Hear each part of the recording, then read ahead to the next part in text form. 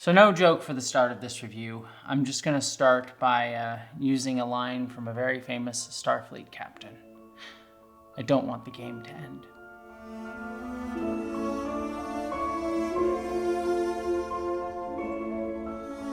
Hello interwebs, I hope you are all doing well. I will be frank, I am not doing entirely well because we have hit what is most likely the series finale of Star Trek Lower Decks. This episode titled The New Next Generation. And as per usual, I will stay spoiler free up front and get into spoilers in the back end. But just to start off, I will save my grander thoughts about Lower Decks for the end of this video. I might end up crying, just to forewarn you, because this show has meant so much to me. I can already kind of feel it now. And also I'll probably do a video essay on my main channel at some point. But just to start off, it is really very sad to hit this this finale. And just kind of opening up spoiler-free, watching this episode, it's very weird because it's very obvious, and I've spoken to some of the people who've worked on the show, that this was not intended to be the series finale of Lower Decks. Very much like Star Trek Discovery before it, it got canceled after the season was finished or close to being, well, this one was being worked on as they got canceled, as opposed to Discovery, which was kind of almost over. They kind of went back and filmed some stuff. But similar to Discovery, they kind of had to, rework what was already their season finale into a series finale. And you can kind of feel that throughout this episode. And I have very weird feelings on this one as a result, because I think that if any of the series finales or season finales that we had so far were to be the series finale, I think this is the best one for it. There is a sense at the end of this episode, and clearly they were able to add a few things to this episode to sort of give it that series finale feel. But even despite that there's a sense that okay, there's a status quo change and a movement for our characters in a way that feels like a good, compelling completion to not only their arc this season, but their arc throughout the show in a way that feels like it's moving forward and feels like it could be a decent enough natural conclusion point. And so at the very least, I have an appreciation for that. And I feel like that really grounds the episode, at least being like, all right, there is some sense of closure here. And yet you can't help but feel throughout the episode, and especially at the end, that it's not where they want it to end. There's clearly, at the end of this episode, a place that they want to go to and things that they want to do. And you get this sense of yeah, we're ending here, and you can feel okay with it. But I also feel this hole in my heart of man, I can tell that they had more to say. And that kind of runs through the whole episode, because while this finale is fun, and I think there's a lot of great stuff, we're gonna get into it in a minute, it also doesn't feel like it's the storyline that would conclude this show, if you know what I mean. It's good, and it's a lot of fun, and it's a great capper to this season, but doesn't really feel like a great thematic capper for the series as a whole until we get to the end, where we kind of have some good kind of resolutions to the character arcs and where they're at, but not a complete, full, this is the story this show should have ended on, if that makes sense. It's kind of a difficult thing. There's a sense of conclusion, but if I had to be all right, let's write the finale of a Lower Decks episode, this isn't the one that I would have picked as the story to tell. And I feel like that's also what this show is doing. And you can also get a sense that they wanted to tell more. And then on top of that, I will be frank, while there's a lot here that I really like in this episode, and I'm gonna hate myself for saying this, I actually probably have more critiques of this episode than I have for any of the other episodes this season. And I think a lot of it comes down to the fact that we admit, the last two episodes of the show, we're not focused on our lower decker characters. So there are some beats here that I could buy our characters getting to these points. And there are seeds of these things, these character beats for them this season, earlier this season, to get to where we're at.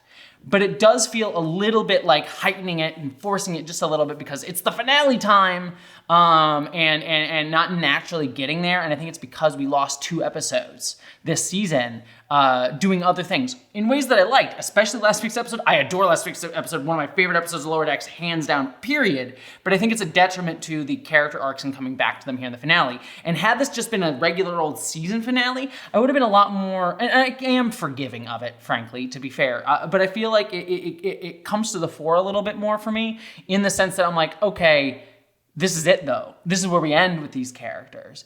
And so like these moments with these characters kind of being a little bit more heightened and forced than I would like them to be if they had gotten there a little bit more naturally. It's like, okay, I'm willing to roll with you. But in a series finale, it's sort of like, man, I really wish we got a little bit more of a natural conclusion place for these characters' arcs this season, as well as for this series here. And it raises the stakes in a way that like is unfair to this episode, but you have to place onto it as you go into it. And so kind of getting into my spoiler thoughts in just a second here, I think that's where I end on this episode. I think this is a really good finale. Would it have been my favorite finale? I don't think so. I think last season was probably a personal favorite. Maybe even season 2 as well. So I don't think it's as strong as those. You can also, there's an empty hole of like, I want there to be more. And yet, I will also say there is a beautiful send-off here. And you know, it's Star Trek. This is never going to be the end of our characters. We're going to get them in comic forms. They're going to appear in crossovers. They're going to appear later on. Who knows if we'll get Star Trek Lower Decks movies, which is what I really want. Like, please, please, dear God, that's what I want more than anything. If we're not going to get another season of the show.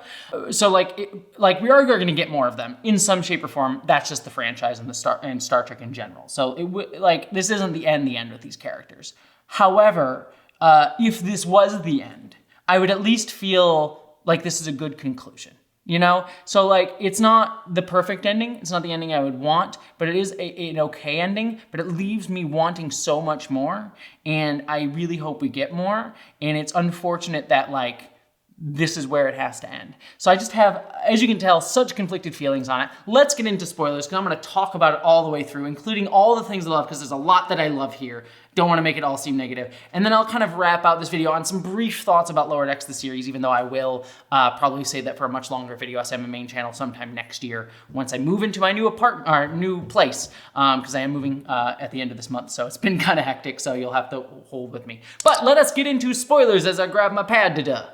So we start off the episode meeting Relga, who is the sister of the 2 other brothers that Ak dealt with in earlier seasons, both in season 2 with Weege Dooge and then earlier this season with the Klingon episode focused on Ma'ak, who both died, and she kind of wants revenge as we later learn this episode. But in this opening sequence, she comes upon the rift that opened up at the end of last episode that's going to destroy the universe because William Boimler is a jerk, and she loses a ship to it. And I love when the ship gets hit by what we later learn are the Schrodinger waves, which again, love the Schrodinger box reference there of like possibilities and quantum entanglement and all that stuff, because that all that sciencey stuff comes into play this episode. I'm sure Dr. Aaron McDonald, the science advisor on Star Trek, one of my good friends, had a lot to do with all of that, so shout out to her. But I love that it turns them into Discovery era Klingons. So like the like different Klingon head look from Star Trek Discovery season 1 and the ship design that's much more like warlike and detailed. Loved that. That was really cool. Just that even brief reference to them was a lot of fun for me. So we got that, but then we jump over to Shax and Tahana in the bar, and I love Shax and Tahana about to go fuck at the holodeck, he wants Shax being Long John Fucker, which is all very funny. Also could be a oblique reference, if you hadn't known this, on the Star Trek cruise 2 years ago. They made like a Star Trek Lower Deck menus, and they featured like pirate versions of the Lower Decker characters. I love those designs so freaking much. So you can check out, I think that might be an oblique reference to that, and I loved that. But then we got our characters sitting down in the bar, our Lower Deckers, and a few different things going on here that are sort of setting it for the episode. Mariner talking about Boimler's beard. Finally, it's fully come in. He does the full Boimler beard, and he looks great in it, and she's kind of upset about it. And Boimler kind of is downplaying the fact that he wasn't using too much of the pad. He wasn't focusing on it too much. He only used like little tips and tricks here and there. And then Tendi and T'Lyn sort of both doing science-y stuff, but doing different types of science, which sort of sets up their conflict later on this episode. And then we also have Rutherford, who's getting frustrated at the Cerritos technology. Now that's the one that I have the biggest critique of right here. There has been some setup this season with Rutherford feeling some frustration at the Cerritos technology. I think way back in the second episode of the season, he, as we saw in the previously on at the top of the episode, he was sort of frustrated at the old door technology not syncing with his implant. However, and this is where I was kind of talking about in the spoiler-free section. This feels very heightened. Like, he gets very frustrated at the Cerritos. And throughout this entire episode, we just see him, like, say he's falling out of love with the Cerritos. He's getting angry at the old technology, and it doesn't interface with his implant. And, like, this is a character beat that I could theoretically buy. But again, because we lost 2 episodes, and while it's been, like, little seeds of it throughout the season, it hasn't really fully come forefront throughout the season, and it feels a little bit like, where is this coming from in this episode? It feels like, oh, we just need Rutherford to feel this heightened anger at this moment. And again, like, it doesn't come out of complete nowhere. There are seeds of it, but it does just feel very heightened for this episode. And it feels like if we had had an episode or 2 that really kind of led into this a little bit more overtly, I feel like I would buy it more, but it doesn't really land as well here. And so it just feels like, okay, where did this come from? And I'm sure I could go back throughout the season and like see the seeds of it a little bit more and maybe catch more clues than I've seen so far.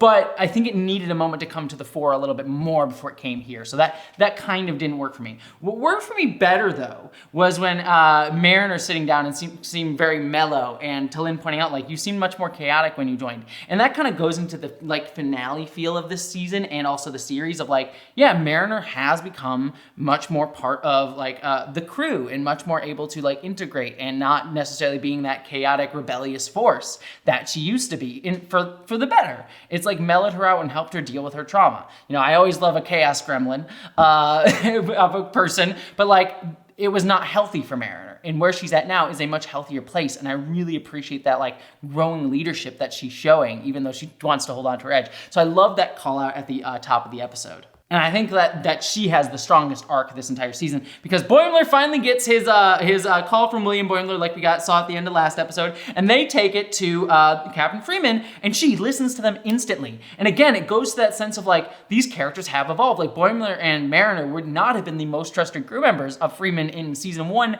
and now they are. And they expect her to push back on it, but like, nope, I believe you, I buy it. It's weird, but let's go into it. And she just trusts them. And again, that feels like such a great, like, that's where this feels like a good series finale, that arc, because that's an arc for both of our characters. The very first episode we met them, like, Boimler was too uptight and Mariner was too much of a chaos demon. So now they feel like they are both, like, fully become into their own as leaders and integrated members of the crew and know who they are as people. And that's shown in how Freeman trusts them. And I love that. I think that was one of the strongest arcs throughout this episode. But then we jump over to Ma'ak and Malor. Love seeing these two again. I have to say, everyone loves Ma'ak, and I understand why he's great, but I love Malor. I love his, like, laid-back Klingon attitude, just like, all right, wake me when Kayla shows up again. Love this dude. He's a big Klingon teddy bear, and, like, I just want to hug him so hard, and I just adore him to death. But they get confronted by Relga, who, and I love Relga's, like, little Targ or whatever pet thing she's got. Love that. But she confronts them and saying she's going to blame her ship getting blown up by the rift on them, and is just going to sort of, like, use it to get them destroyed and killed. So she starts chasing after them. Ma'ak wants to die his good Klingon death, but Malor will not let him, and he goes to Cerritos and seeks asylum. And I love them, like, arguing over, it's like, no, I don't want asylum. Yes, he does. Love that. But before we get there, we also have them learning that they are going to be sent on the mission The Cerberus is going to be sent on the mission to close the rift because of the entangled Boimlers. I will say that's a little forced, but like, all right, it's fine. It doesn't flow as naturally. This is, again, a little bit of a forced element where it's like, yes, I get the Boimlers are entangled. Again, some quantum mechanics references here of like these two Boimlers are entangled across time and history. We're not given a reason for that. It's just sort of like, we're assuming that they are, but they're sent on the mission. And they get shielding that protect them, but not their hull, as we later learn, from these Schrodinger waves. So all of that's some fun little setup, and we also get a reference to the Enterprise being en route, but sadly we don't get, I was expecting maybe an Enterprise appearance in the episode. We get a Sovereign class appearance, but not an Enterprise appearance. So I was like, oh, we're gonna see, Picard, or I think Picard's still the captain at this era. I'd have to look at the timeline, but I think he would still be part of the Enterprise E. We also get a few other things of them getting ready. Rutherford's still upset and frustrated about his implant, not being able to integrate with the Cerritos. I've already spoken about that. We get to see Ollie taking part in things. Love Ollie. I love that she's integrated into the engineering crew. We'll get to see more of her. That's really cool later on. And I love when Mockman and Laura come on the ship, they get shelter, and Mariner's like all about giving them shelter. And I also love Malore just wanting the snacks. Wanting all of the snacks. They have sweet and salty. All of our snacks are bugs. Loved that a ton. But then we also have Relga showing up and demanding our two Klingons. And she makes a reference like she knows Freeman's admiral husband, and so that sort of sets up what's going to be coming in just a minute. But here's another thing that I don't really love, because we get what we later learn is a fake call from Admiral Freeman, and it's fairly obvious the call is fake from Freeman right off the bat, that he says, oh, turn them in. I called that it was Relga or maybe something else very instantaneously, and it was weird to me that Captain Freeman, bought it. Like, even if she didn't buy it, like, she was just like, all right, well, we can't make up the rules, we got to deal with this other thing. And like, I get it, she's under stress, but it did make me think a little bit less of her in that moment, because I'm like, like these Klingons could die. Like, you very much set up like they are possibly going to die, and you're just going to be like, yeah, that seems sus, but we got to just turn them in. I understand she has higher priorities at the moment, but I was sort of like, I don't really like that, especially since it is so sus of a message from her husband.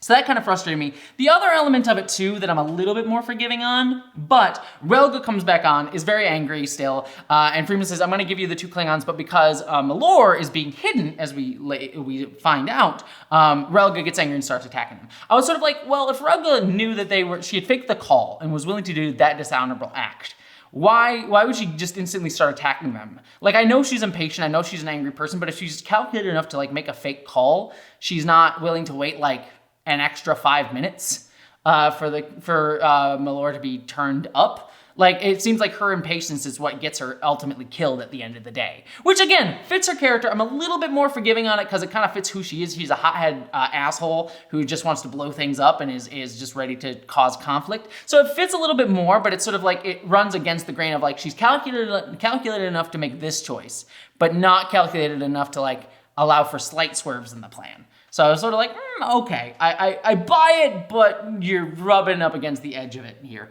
But they decide to, because Malore is not being found and Relga's attacking them, they head into the rifts and get hit with these Schrodinger waves. Some dark as shit here, where one of the Klingon ships turns into a Klingon barge, so it kind of referencing the Barge of the Dead from Star Trek Voyager, subtly, even though the Barge of the Dead is not it's a barge. It's a Klingon barge. We've seen them in Star Trek before. Why are you coming at me like this? I don't need this. I don't need this from you. Sorry. But yeah, that turning into the barge was like, okay, cool reference. But then the bodies start falling off. I'm like, shit, that's dark. That is dark Lower Decks. Just, man, that's fucked up. But then we get Tendi and T'Lyn arguing with each other over like them having differing views on how to work together on the ship, as in the height of this chaotic situation. This is, again, I'm gonna throw this in kind of the same bucket as the Rutherford stuff, in that this I buy a little bit more, given that we had already seen the conflict between T'Lyn and Tendi appear earlier this season, in that one episode where they were on the planet with purple data head. And so during that episode, we already saw that there was a little bit of conflict between the two of them. However, that episode seemed like it kind of resolved that conflict. And while I bought it then, there is a kind of trope of like two women being unable to work together and kind of being in conflict with each other.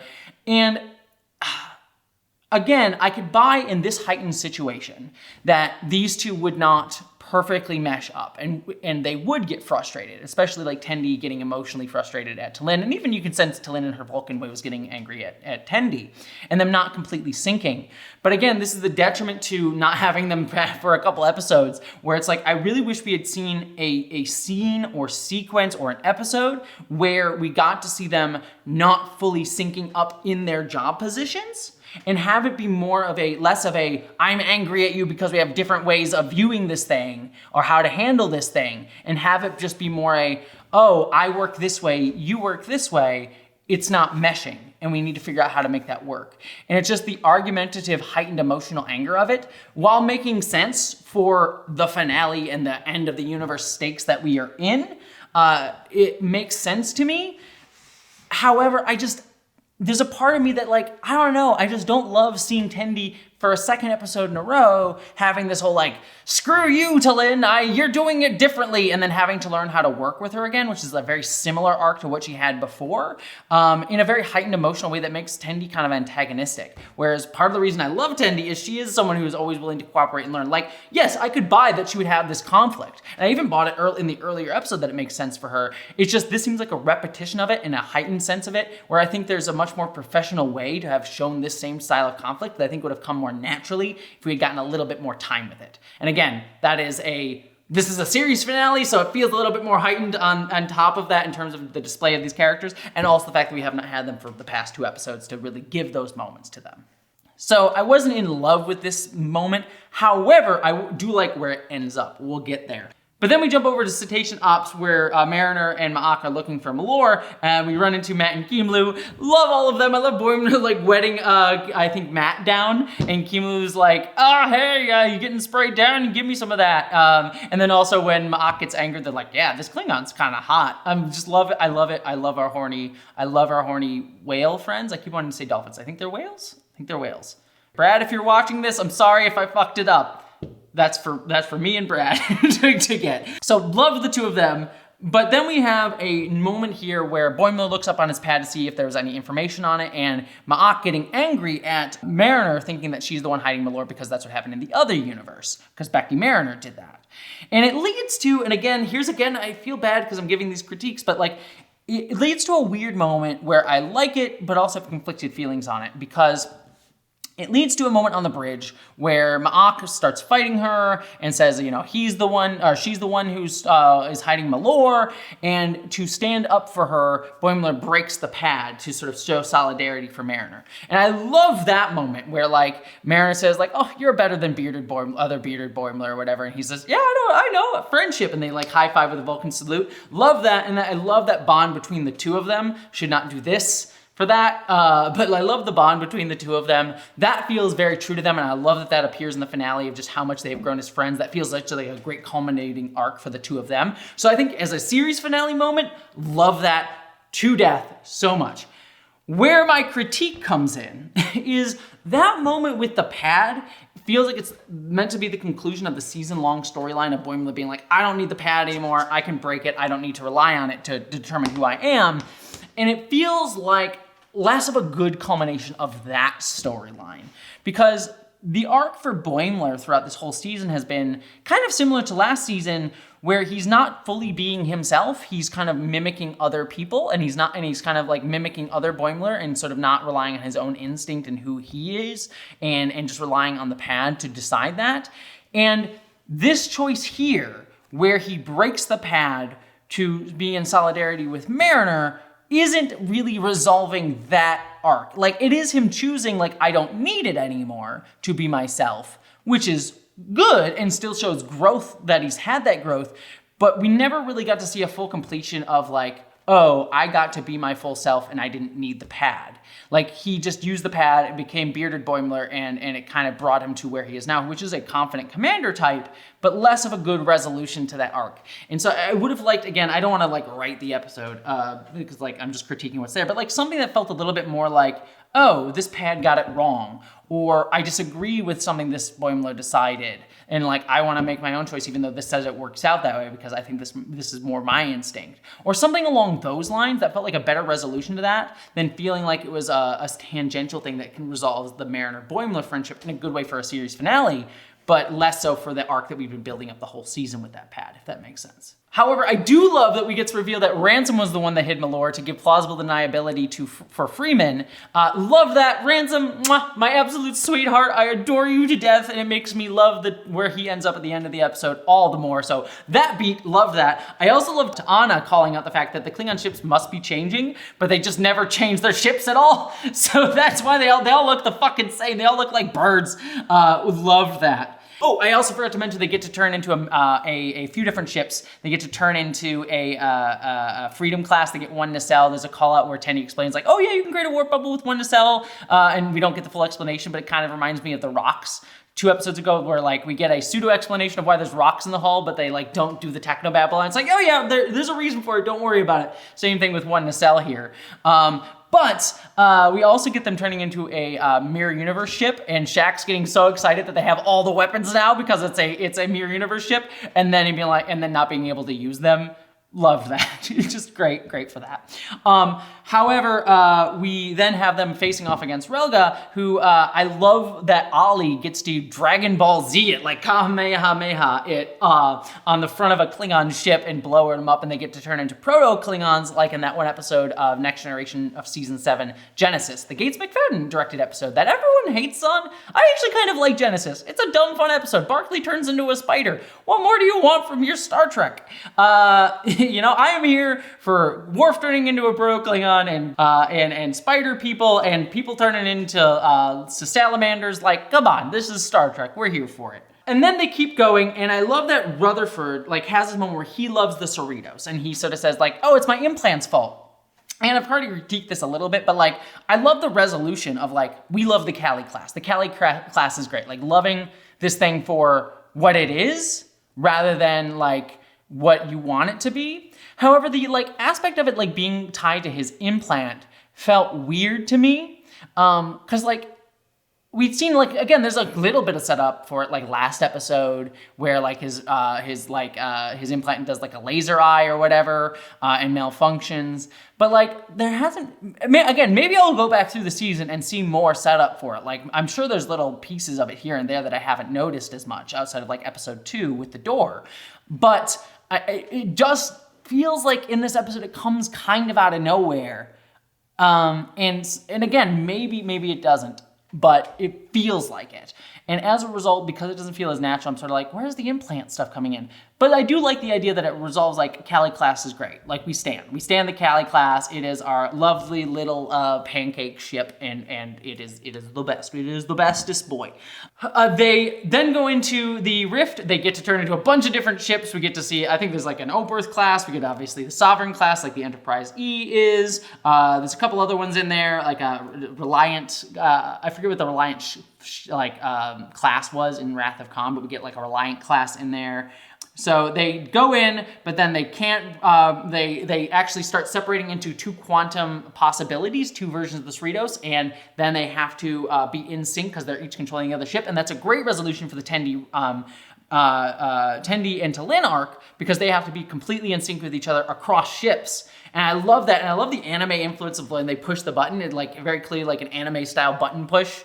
I know some of the animators, I know y'all were just having fun with that. Adored it very, very much. Like love that anime style influence there. So getting some Dragon Ball Z shit and anime shit in here, just adore it. Even though I didn't love the setup for their arc as much, that ending, mwah, beautiful. Like that was a beautiful ending to that. Like no notes on that front. But then Malor gives them the idea, because the rift's not closing, that they can build a dam. And Mariner uses this as a chance to not close the rift, but stabilize it to creating a new sort of rift into other realities that they can jump into anytime that they want to. And Malor is the one who got to make that choice. Like, love that for Malor. My big huggable boy gets to help save the day. Fantastic, and Mariner's the one that pulls it all together, so all of our crew gets to take part in this. But then this brings us to our ending, and I I have to be honest, like, I absolutely adore this ending. Like, all my notes for the rest of the episode aside, outside of one weird bit in this ending, I really adore this. Few things that happen. This gate is a gateway to a new frontier, and then they get Starbase 80 tractored there because it's the only starbase that will work near the tachyon emissions or whatever they were. Love that so much. I know some people were talking about earlier that they feel like they were setting up a Starbase 80 spinoff. This very much feels like they're setting up a Starbase 80 spinoff with this episode. Like, this feels like it's like the Deep Space Nine of this era of Star Trek, where you get Starbase 80 being this queer, weirdo little like rundown starbase at the edge of the universe, but now it's at the edge of not just a gamma quadrant wormhole, but to entire multiverse of possibilities. And love that for them. It really feels great. And I would love there to be a Starbase 80 spinoff. Like, if there's going to be a spinoff of Lower Decks that's not like a Lower Decks movie, Starbase 80 movie would be, or a spinoff show, would be also a fantastic choice. I think you could do a ton with that. But we also get Captain Freeman promoted and is running the Starbase with her husband. Love that as well. Number one, this feels like a beautiful status quo change, and I'm kind of upset about it because if y'all know, if you've been watching my reviews for years on this show, my biggest thing between seasons is like, change the status quo, don't keep bringing it back to the same status quo. Like, every season would end with like a character going off somewhere and then coming back. We even had it this season where Tendi went off to Orion but then came back after 2 episodes, and pretty much the same status quo that we've had. And we've had a few times where the status quo changed, like when they got promoted, which I really liked, but we haven't gotten a huge status quo shift. And so, like, I wish the series was going on for many reasons, but like one element, I'm like, this fundamentally changes the status quo of the show, and I would have loved to see that. Like, change the status quo, hell yes. So angry about that, but I love it as a choice, and I love that she trusts Mariner and Boimler and says, like, I trust you, you've grown, and we get this moment between Mariner and Freeman just acknowledging that they've changed and grown, and Mariner has become a full Starfleet officer, and they're ready to go on adventures together. I loved that. I also I love and hate.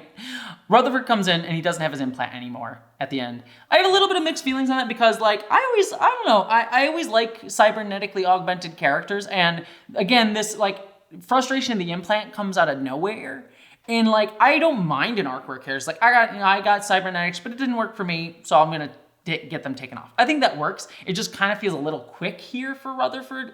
And also, like, there's a personal thing where it's just like, as a trans person, I'm always here to, like, people augment yourself, change everything up. I'm here for it, always down for that. That being said, a detransition type of narrative is totally valid and totally fine. I think is cool. I just wish it had been set up a little bit better. But I've already ranted about that enough. What I do love, however, is the fact that he starts having full-on emotions because he doesn't have a dopamine inhibitor, and he has some feelings for Tendi.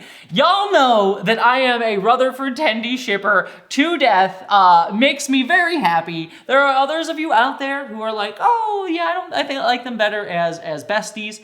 That is me with Mariner and Boimler. I never want Mariner and Boimler to be in a relationship. I like them better as best friends. Like, I think that works better for me. But Tendi and Rutherford, I ship them to death so much, so hard. So this makes me very happy. I was loving it. That being said, like, if you are someone who views them as best friends, they don't get into a full relationship yet, so there's still some open possibilities for you as there is for me. And also there's still the open possibility for Boimler and Mariner if you have differing feelings than me. But this is ending where I would like them to end, which is Rutherford and Tendi kind of having romantic feelings, and Boimler and Mariner just being besties. That's how I really enjoy those two relationships. But that's me. You can have differing opinions. Go get your own goddamn review show. But then we get this beautiful speech from Mariner, which feels like a thing that they added on to the season, the finale, to like say, hey, it's a finale. And she gives this beautiful speech that really gets to the heart of what Lower Decks is about, which is that we believe in the mission and we believe in each other. Like, that's the core of it, and that's why I always love Lower Decks. I'll talk about that in a minute, but like, this speech is really beautiful and gets to the core of why I love Lower Decks.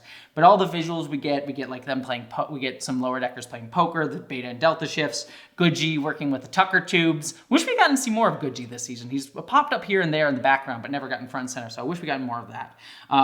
Westlake and others like having fun in Cetacean Ops, which love that. The ensign who ascended to the koala way back in season 1 suddenly reappears in the background of sickbay. Love that. And we also get to see a ghost candle seance. So they're using a little Beverly Crusher sex ghost candle and doing a seance with it. Love that. Is that just an orgy about to happen in the girls' room there? Interesting. And then Mariner sort of saying like, hey, we got this, we've grown, but I've also set my bed on fire. Love that. And then we end the episode with a couple other things where Ransom gets promoted. Love that. Ransom is now captain. Man deserves it. He has earned it throughout the past few seasons of just being an amazing first officer. Despite being some workout obsessed dude, he is a very good officer, and his support of Freeman and others has just been amazing. And so he deserves to get that role. Would have been excited to see that next season. I love his warp line, which is engage the core.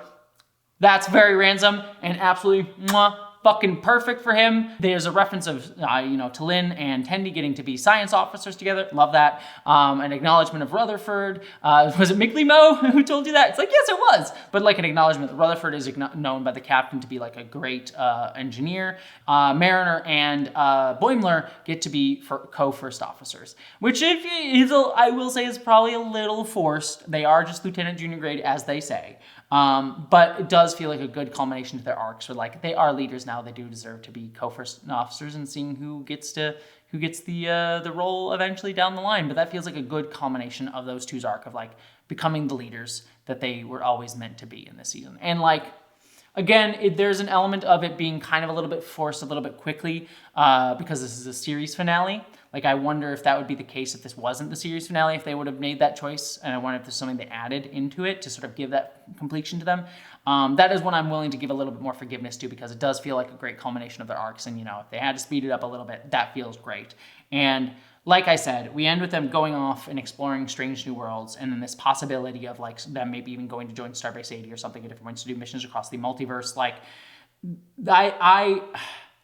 I'll talk about my overall feelings with Lower Decks, but like this ending, as I said before, I love and hate, because I love it because it does give that sense of finality, but you can just tell that this ending was a setup for so much more.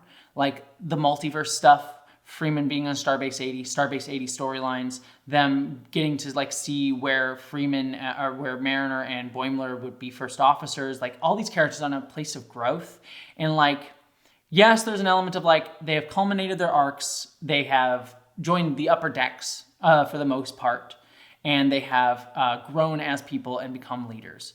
But I don't know, there's just so much more with these characters that you can tell. And maybe this is a decent place for Lower Decks, the show, to end, but like this is not where I want these characters to end. There's so much more to do with them. And this ending feels like there's so much more to do with them. And it makes me angry. It makes me very angry that this show was canceled before its time, because these characters meant the world to me. And I think that this is going to transition into my like feelings. Let me just put this capper on this finale here, and then I'll talk a little bit about my overall feelings in Lower Decks before I get into all of that. This finale was rough.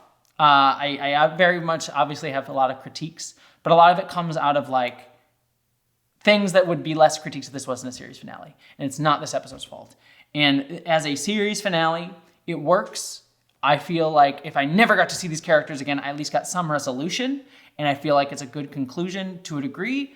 But like, there's just a part of me that's like, man, why does this have to be the end? And I feel it even more than I even did with Discovery.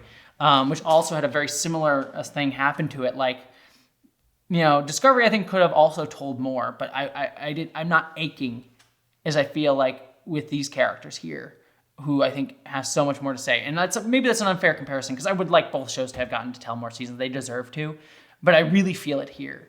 And it goes into the more hopeful thing that I'll end on here, which is this show has meant the world to me. You all know, I have talked no bones about it, like this show has been one of my favorite shows of the past few years. It has been an absolute privilege and joy to review it, to watch it, to see it. And it is meant so much to me in the sense that like, as a Star Trek show, well, let me do it this way. It has been a show that I have made so many friends on. I have met so many people that worked on Lower Decks, Mike and Brad and Gene and so many others, like Crystal, like all of you have been so wonderful, and it feels like such a beautiful community that y'all have on this show.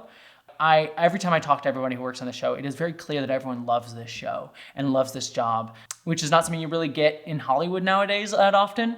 And just knowing that and seeing that and getting to be part of that as a fan and getting to know some of these people has just been really beautiful and amazing. And as someone who's grown up with Star Trek, like I have been very lucky doing this job as a reviewer and things like that and YouTuber. Like I've been adjacent to the Star Trek world, gotten to work with a lot of them, like Dr. Aaron. But like this show in particular, out of all of the Star Trek shows, has really felt like that community and kindness and caring. And I think all of the Star Trek shows have that to a degree. But for me, I have really felt a part of that with this show, both just as a fan and getting to meet the people on it. And that means the world. But beyond just the people making it, you know, in the core ethos of this show, which is reflective of the people making it, has, I think more than any Star Trek show, captured what I particularly love about Star Trek. I think every Star Trek show reflects this in some way, shape, or form. And, you know, other people are going to get different things out of Star Trek. But for me, I think Deep Space Nine and Lower Decks capture this essence the most of, like, Star Trek is about, is this place, this future, that is about enabling you to be your best self. And it is not about trying to press you into a mold to be a certain thing, like fit a function for Starfleet or anything like that. It's about saying Starfleet is here to enable you to learn to be your best self. And the way to do that is around people who are weirdo dorks like you and celebrate who you are and want to help hone you and grow you and love you in a way that makes you your best self. And it goes back to that Gene Roddenberry ethos of like taking delight in the differences of others and the differences of life forms, and how humanity can only deserve to go to the stars and explore strange new worlds when we learn to explore and love the strangeness in each other. And there's this queer found family ethos. And when I say queer, I don't mean like sexuality based, like gay, bisexual, though the show has a lot of that. But like this ethos of like these people who are often looked down upon or pushed aside or are not seen as like the top of the line, you know, like the Enterprises, the Cali class. These people that are not seen as the top of the line, and yet they prove to be the people who stand up the most for the values of love and caring and exploration and desire to be our best selves and upholding these values that the Federation stands for as an institution but doesn't always live up to. These people who are the ones sometimes pushed to the side of it or not valued as much by it are the ones who uphold those values the most. Deep Space Nine captured that in a like very like looking at the dark side of it, but Lower Decks captured it in this very like optimistic, uplifting, caring way that I think really meant a lot to me throughout these past few years. You know, it's been a rough few years for numerous different reasons, especially as a trans person. And like this show, man, I'm gonna cry. This show has like always been that place of like, here's a thing that like I know is a work of art, is reflecting that like hope that I have for the world. Sorry. And like, it's rough. I'm not going to get into a whole thing about the way the world is at the moment, but the world's rough. We all kind of feel it, I feel like. And it feels really rough seeing this show go away right now. It feels like it's the worst time, because I think like its message is universal and will be needed whenever. But I think its message is needed the most now. Of like, there are these weirdo dorks who will just uplift you and love you. And there's a future that we make together. And we can be that.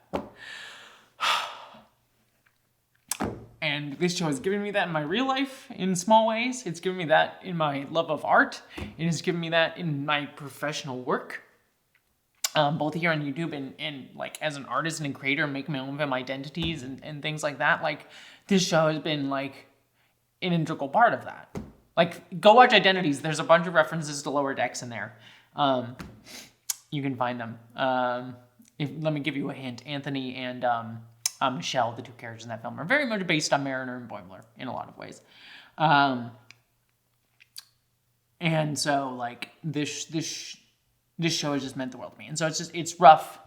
It's rough to lose it right now. And so, you know, I want to keep fighting for there to be more. And like I said, it's Star Trek. There's always going to be more in some shape or form, but I think what it deserves is we deserve a Lower Decks movie. I think it needs that. I think we need we need the message of this show right now more than anything. We need the message of Star Trek generally, but I think this show in particular just captures that thing that I think like the world really needs. And I think I think we need that. So I'm going to fight for that and keep talking about that. But to give it kind of a wrap out as I cry, I'll just say this. Even if this is the end, if this is all that I get from Lower Decks, I wouldn't change it for the world, because this show has just been absolutely beautiful and amazing. And it's a show that just loves Star Trek as much as I love Star Trek, is as dorky as I am about Star Trek and science and other things. And it's just filled with love and kindness and caring, and acknowledging our weirdness and acknowledging our traumas, and yet still growing from them in just a beautiful way. And so, it's not the perfect ending that I would have loved, but it is, that in many ways is what Lower Decks is, right?